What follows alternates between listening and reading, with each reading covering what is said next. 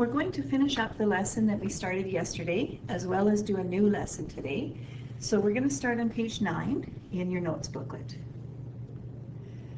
We learned yesterday about linear functions, two different types of linear functions. Linear functions give you a straight line. That's where they get the name linear. Okay, we learned first about constant functions. That was functions that have degree 0. They're the ones that will give you the horizontal straight line where your y-intercept is that point on the y-axis that horizontal line passes through, and your range stays constant at that point, at that value of y. We also learned about linear functions that give you a diagonal line, either rising from quadrant 3 and ending in quadrant 1, or falling, starting in quadrant 2 and falling to quadrant 4. We learned about the slope-intercept form. That was when the equation is written in y equals mx plus b format. And the interesting that we learned about this format, it is called slope-intercept form because it gives you can read the slope right off of the equation. So remember, your m was the slope, your b was your y-intercept. Okay, and these equations are degree 1 because the exponent on this x term here is really 1, isn't it? Okay. All right, so let's just see if we can summarize what we learned then. At the top of page 9, it asks us to generalize our work above to complete the following statements about all polynomial functions of degree 1 that are in the form of slope-intercept form. Okay, so the shape of the graph, it gave us a straight line. You'll have to write small to fit that all in on this little tiny line. They give us a straight line with a slope of, remember that was our m. The domain of those straight lines are all values of x, so x is a set of real numbers. Our range, the same thing, because that line continues on indefinitely in both directions. Our y's are also a set of real numbers. We also noticed yesterday that there is one x-intercept and there is one y-intercept. And the y-intercept is whatever value b is. The direction of the line, that means whether the line is rising as you read that graph from left to right, or whether it's falling as you read that graph from left to right, is determined by whether the leading coefficient is positive or negative. Okay, so just like we learned last year with quadratic equations, if that leading coefficient was positive, the quadratic would open up. If the leading coefficient was negative, the quadratic would open down. The parabola would open down. It's the same thing with a linear function. If, as you read this function, this graph from left to right, if the line is going from left side of your page to right side of your page, rising, okay, this would be a positive coefficient, leading coefficient. If that gave you a line that was, as you read from left to right, if it was falling, that would mean that you have a negative leading coefficient. Okay, so let's fill those blanks in. So if the leading coefficient is positive, the slope will rise.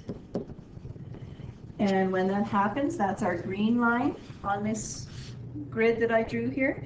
Then that it begins in quadrant 3. Remember how we number our quadrants? This is quadrant 1, quadrant 2, quadrant 3, quadrant 4.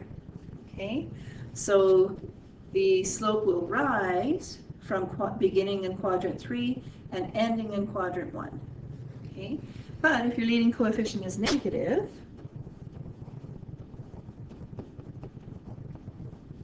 okay, that would be our blue line on this grid. this slope will fall starting in quadrant 2 and ending in quadrant 4. Okay. Now, since the graph of the polynomial function of degree 1 gives you a straight line, there is a special name for this type of function, and it is called linear. That comes from the base word line. A linear function will always give you a straight line. Okay. Okay. So on the next page, there is a very handy chart that will actually just kind of sum up everything that we've learned about linear functions and constant functions. So you can see the boxes along the left side are really, really dark and hard to read. So let's just fill in the margin of your paper beside it what it actually says so that you don't have as much trouble reading it, okay? This first section just says this is the type of function. I'll just use the abbreviation FCN for function, okay? This second box is saying degree, what degree the function is. That's, remember, the highest power of your variable, of your x. This big box says sketch. In other words, what does this graph look like? The next box is the number of x-intercepts.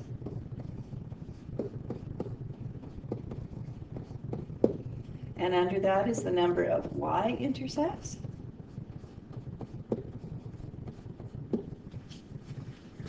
This great big box says end behavior, because when we describe what a graph is doing, we talk about its end behavior generally. Okay, and then if you continue to scroll down, there are a few boxes at the bottom of the page as well. Domain,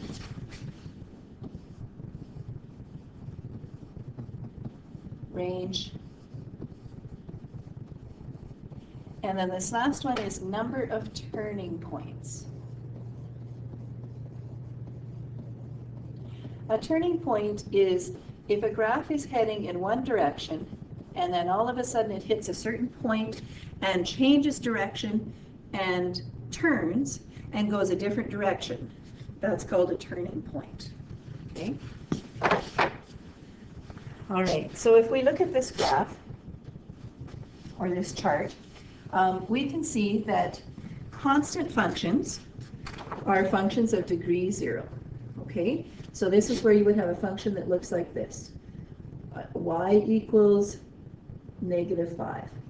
Or you'll also see it written as f of x equals -5. Remember that y equals and f of x really mean the same thing.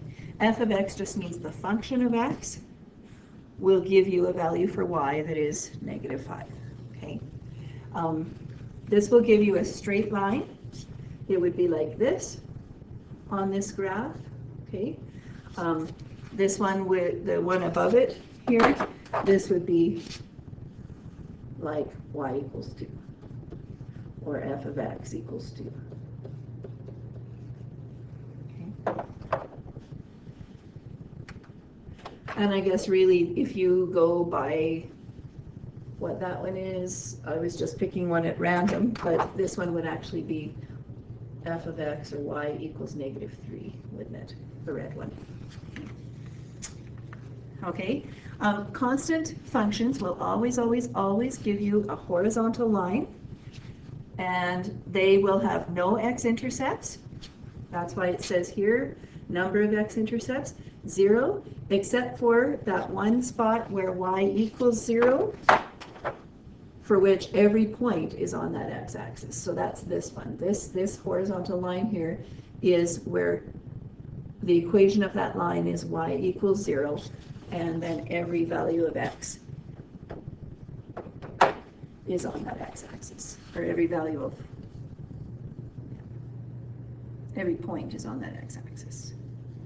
Okay, the number of y-intercepts then for constant functions, any constant function, they would only ever have one y-intercept, and that y-intercept is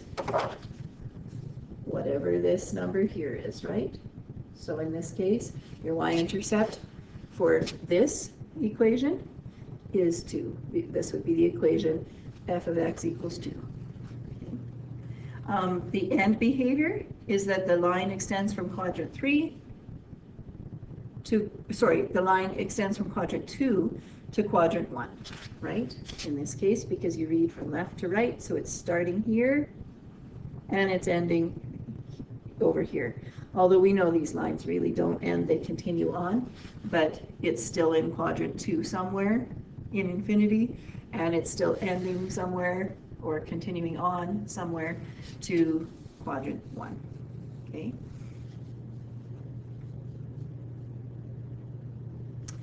And this one is also showing you that if it was a negative, like y equals -3, then this line begins in quadrant 3 and goes to quadrant 4 and keeps going forever and ever, okay? So it depends whether your equation was, whether your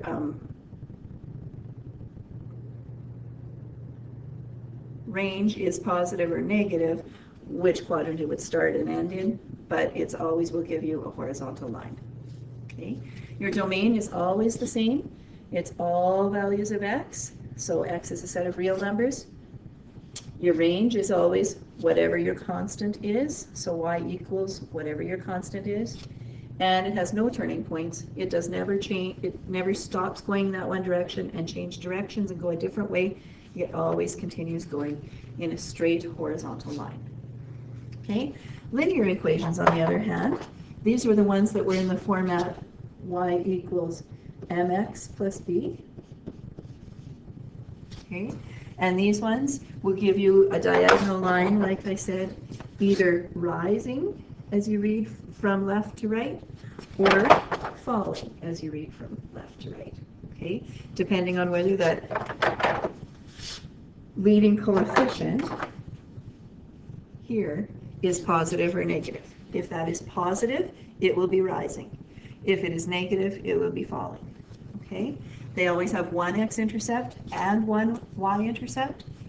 The ending behavior, well, that depends whether that leading coefficient is positive. Then the ending behavior is it begins in quadrant 3 and ends in quadrant 1.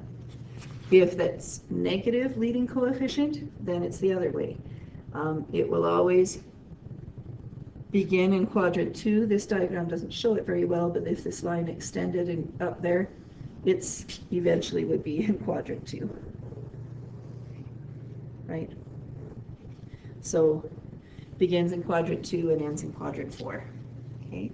Your domain and range for linear functions are, because they continue as a diagonal line in either direction, it's going to be all values of x and all values of y.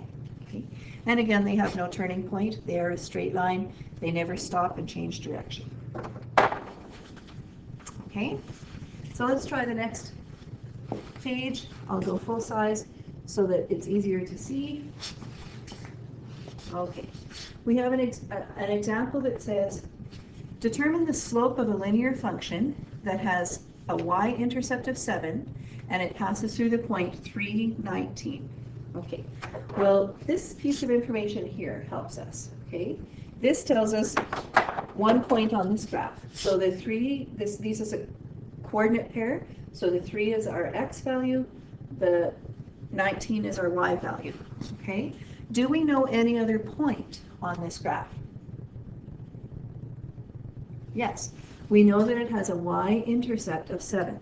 What would be the coordinates of that point then?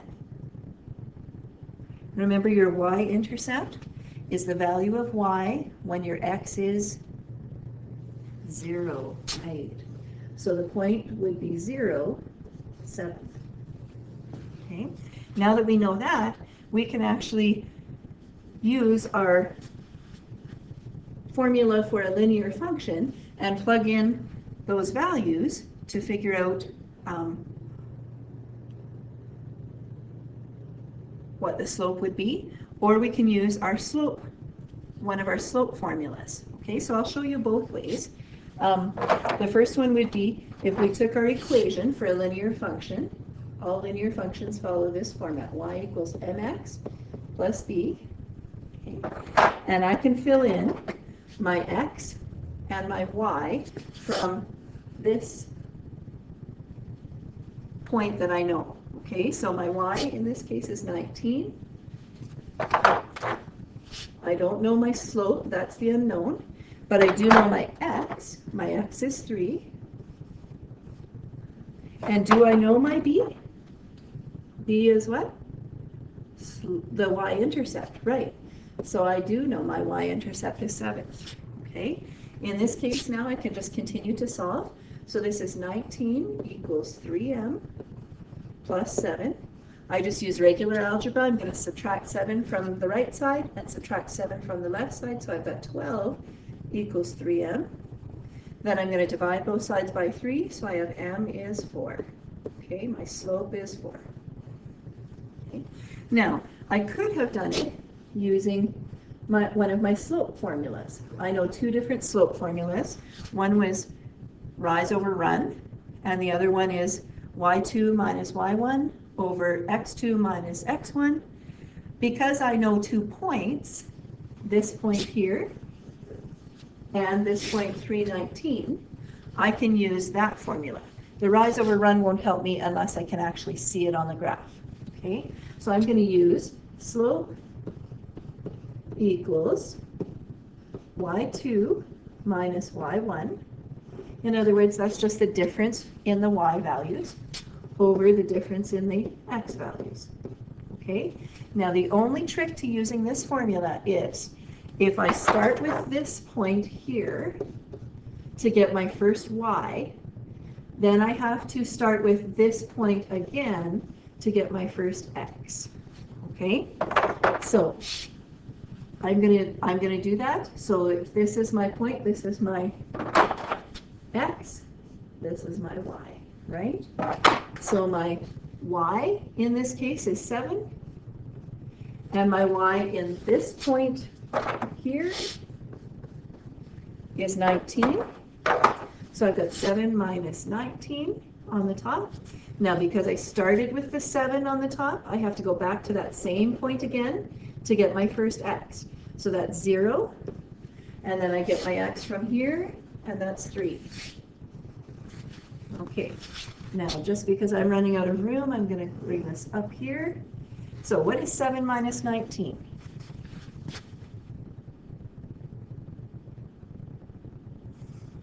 Negative 12, okay.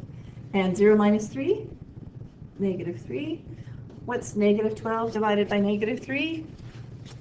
4. Right. Okay, now don't copy this down, but I'm just going to show you that it wouldn't matter if I decided to use the other point first and 0, 7 second. I would still get the exact same answer. Okay, I just have to remember that if I'm going to start with this one now to get my first y, then I have to make sure that I start with that one on the bottom too to get my first x. Okay, so this is the exact same thing. It would give me this. Slope is, okay, I need y2, but I'm going to start here. So my y would be 19 in this one, and my y in the other ordered pair would be 7. And then I'm going to go back to the one I started with, and 319 to get my x. 3, and my y is, or sorry, my x is 0 in this one. And that's 19 minus 7, 12 over 3, which is simplifies to 4. Okay, so you can see that either way, it's going to give me the same answer. So it doesn't matter which point you use as your first point, as long as you make sure that you use that point as your first point on the denominator as well. Okay, I'm just going to erase this because we don't need that. We need this space for the next question. All right, let's try the next question. It says determine the y-intercept of a linear function if we know the slope this time. And it tells us our slope is negative 4/3, which passes through the point 6 and negative 10. Okay, so we're going to use our formula for a linear function. Remember, that's y equals mx plus b. And we're going to plug in what information we do know. Okay? Now, do I know an x and a y value?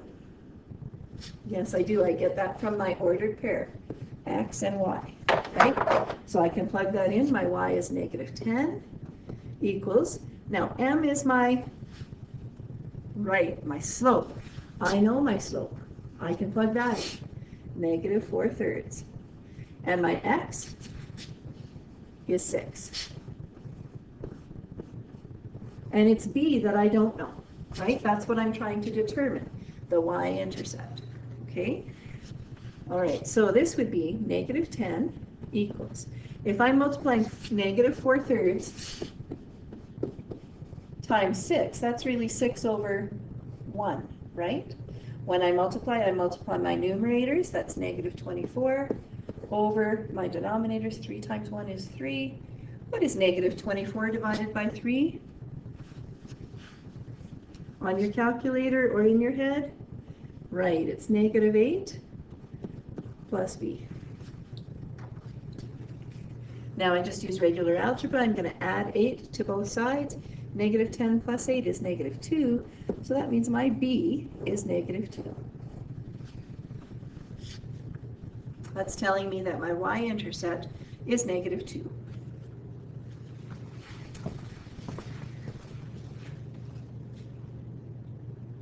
Okay, the next question.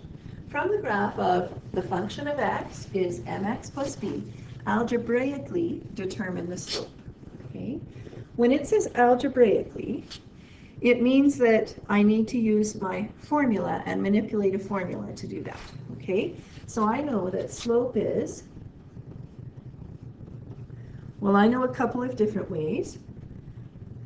It's either rise over run,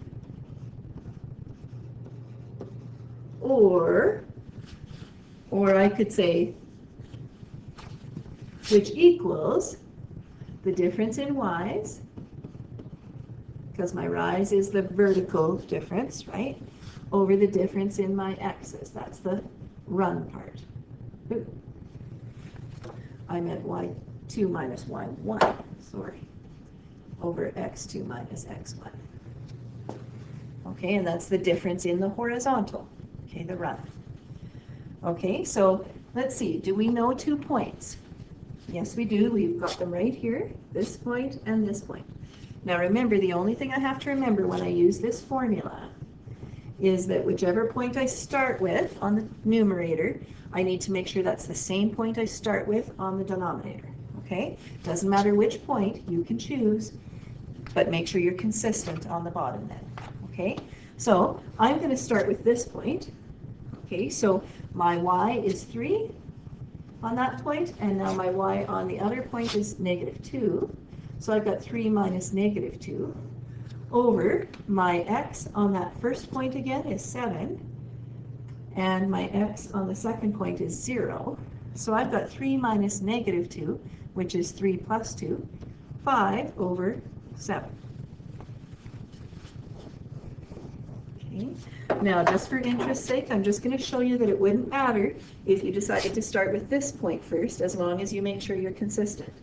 If you did it that way, you would have got your y on that point is negative 2 minus your y on this point is 3 over, now your x, going back to the same point you started with, is 0 minus 7. If you do that, you get negative 2 minus 3, which is negative 5, over 0 minus 7, negative 7, which simplifies to 5/7, which is the same as what we got there. So it doesn't matter which point you use, as long as you are consistent. Whichever point you start with in the numerator, you make sure you start with that same point in the denominator. All right, the last example on this page says, given the graph of f of x equals mx plus b, algebraically determine the y-intercept, round to the nearest hundredth. Okay, so once again, we're going to use our formula. For this time, we have 2 points again.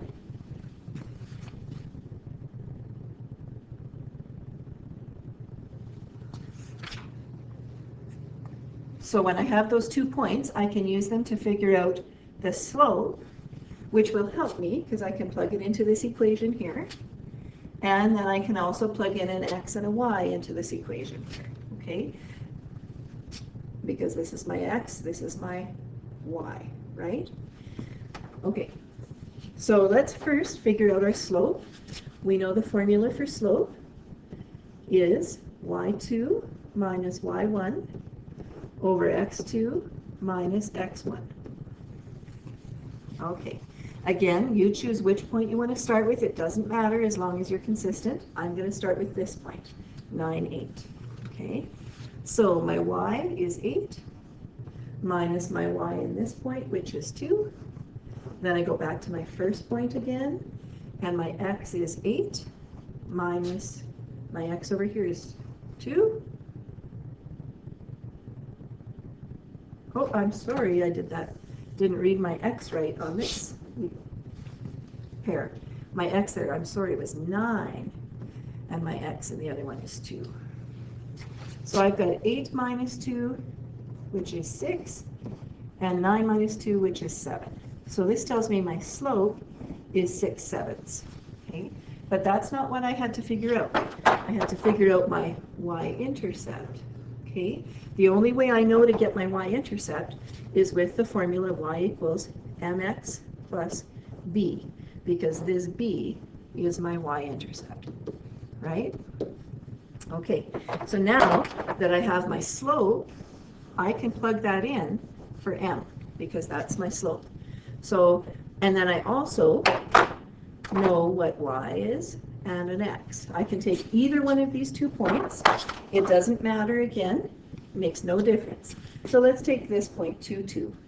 I'm going to put in y is 2 equals, my slope is 6/7. My x is 2 plus b. Okay, now this would be 2 equals, now remember 6/7 times 2 is really times 2 over 1, right? Now I multiply my numerators, 6 times 2 is 12. I multiply my denominators, 7 times 1 is 7.